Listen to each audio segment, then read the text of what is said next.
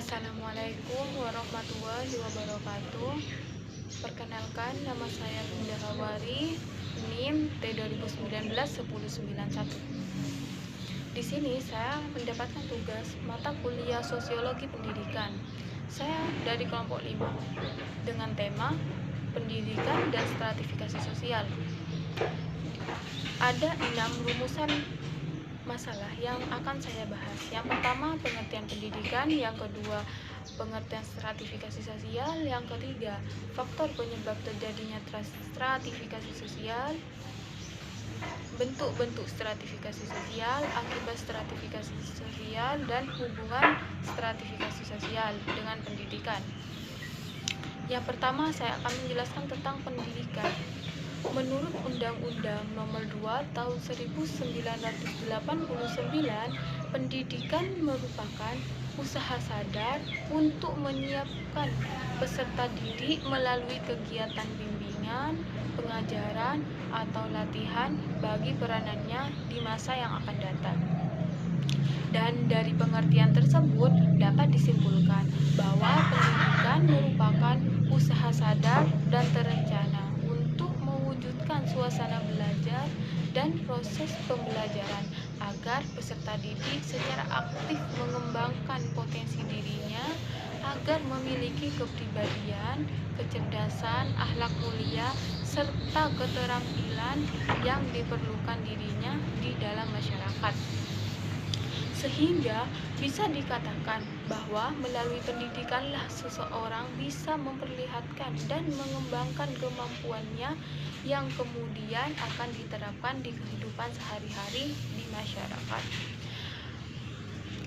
Dan dari sini dapat disimpulkan bahwa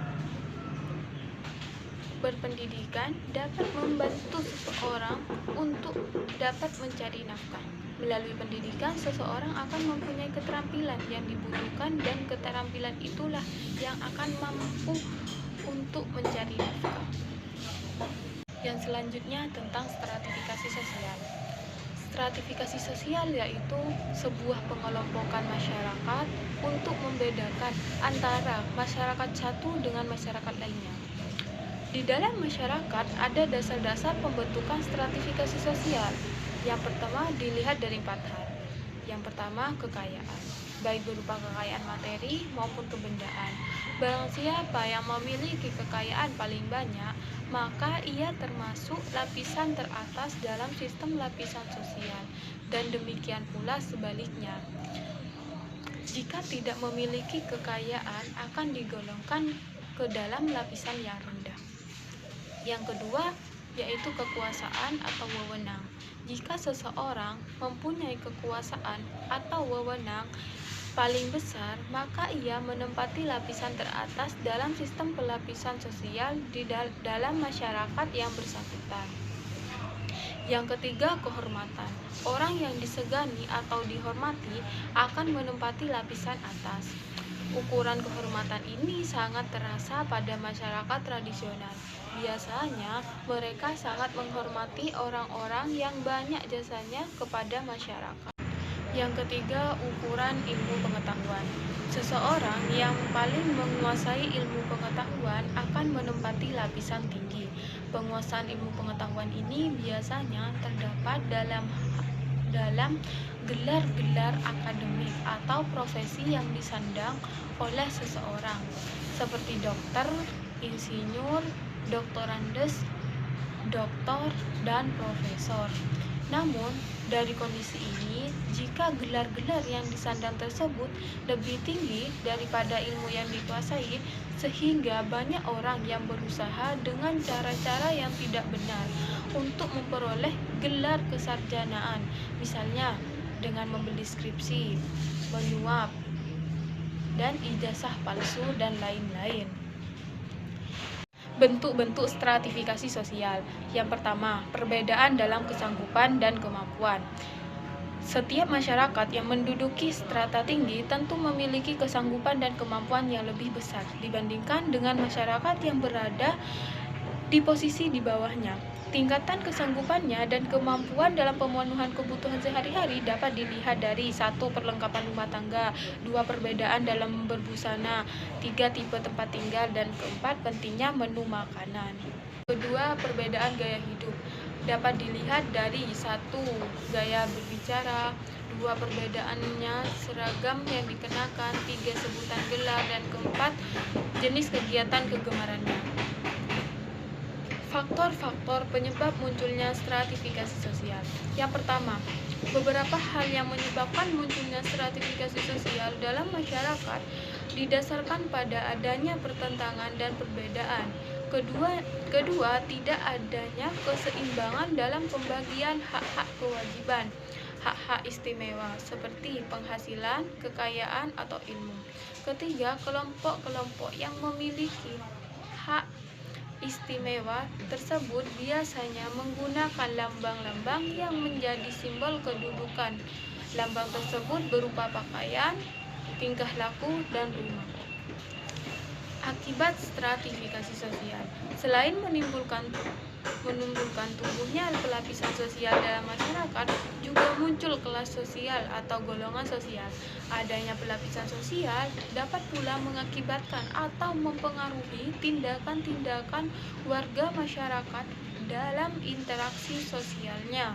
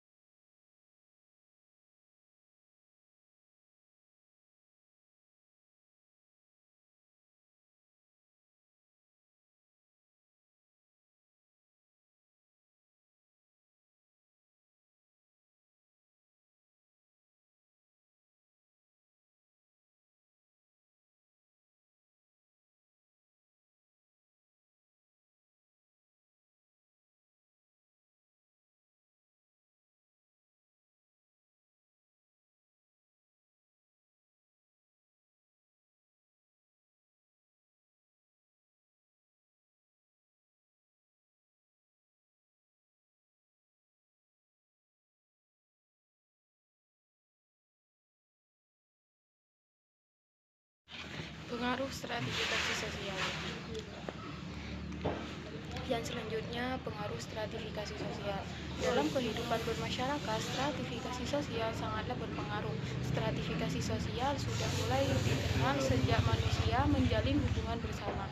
Terbentuknya lapisan sosial merupakan hasil kebiasaan manusia berhubungan antara satu dengan yang lain secara teratur dan tersusun, baik secara perorangan maupun kelompok.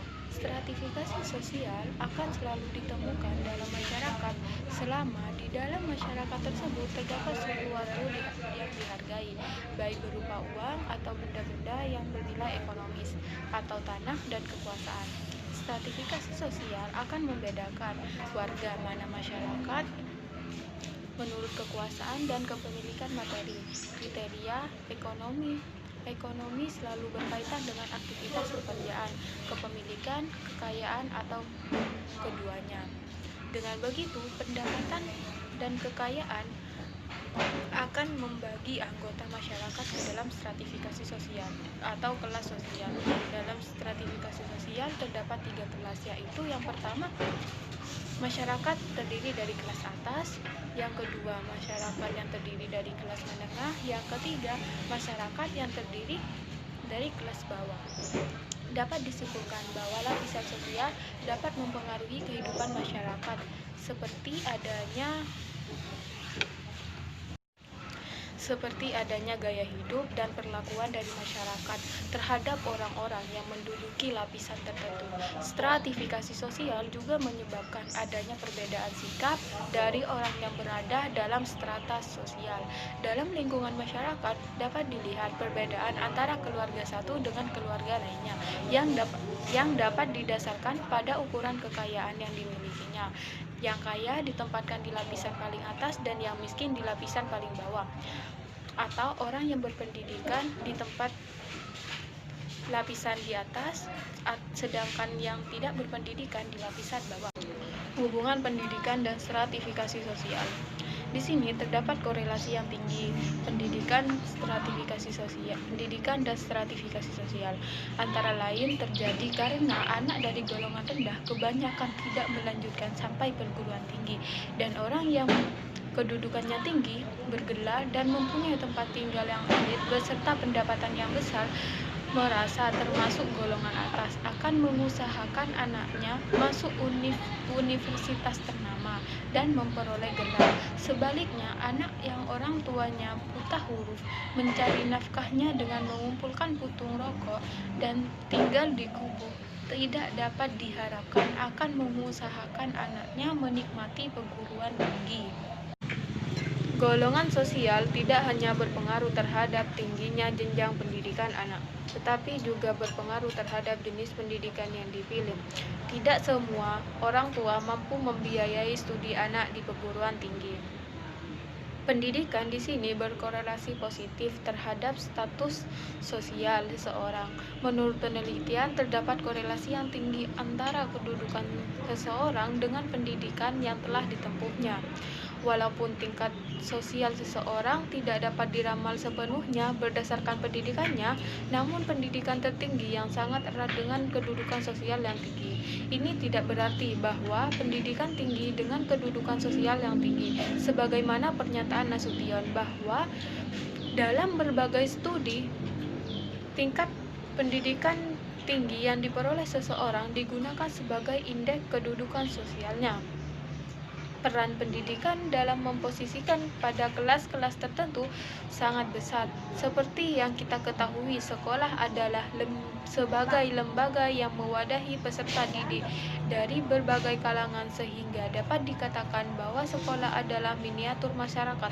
Sehingga apabila di dalam masyarakat ada namanya kelas sosial, maka di sekolah ada 3 faktor yang mempengaruhi tingkat pendidikan seorang anak. Yang pertama, pendapatan orang tua. Yang kedua, perhatian akan pendidikan di kalangan orang tua. Dan yang ketiga, kurangnya minat si anak untuk merajut ke perguruan tinggi. Dan yang terakhir, ini hasil penelitian saya. Namanya Muhammad Syarif. Dia sekarang menempuh kuliah di Universitas Islam Negeri Malang semester 7. Akan tetapi di saat dia sudah terjun ke masyarakat, dia tidak seperti yang sudah saya jelaskan di dalam makalah ini, bahwasannya stratifikasi sosial adalah perbedaan penduduk atau masyarakat ke dalam kelas-kelas secara bertingkat, dan pendidikan merupakan proses atau cara untuk mendapatkan perubahan dari segi tingkah laku, pola pikir, serta pengetahuan yang didapat dari segi pendidik. Dan faktanya di lapangan, tingkatan di wilayah Lenteng Timur, RT 1 RW 1, Kecamatan Lenteng, Kabupaten Sumeneb, pendidikan tidak menjamin kita dihormati dan kita tidak ada di tingkatan yang tinggi. Akan tetapi, kerja keras yang menguntungkan banyak uang itu yang lebih tinggi. Sekian presentasi kali ini dari saya. Selebihnya mohon maaf. Wabillahi taufiq wal hidayah. Wassalamualaikum warahmatullahi wabarakatuh.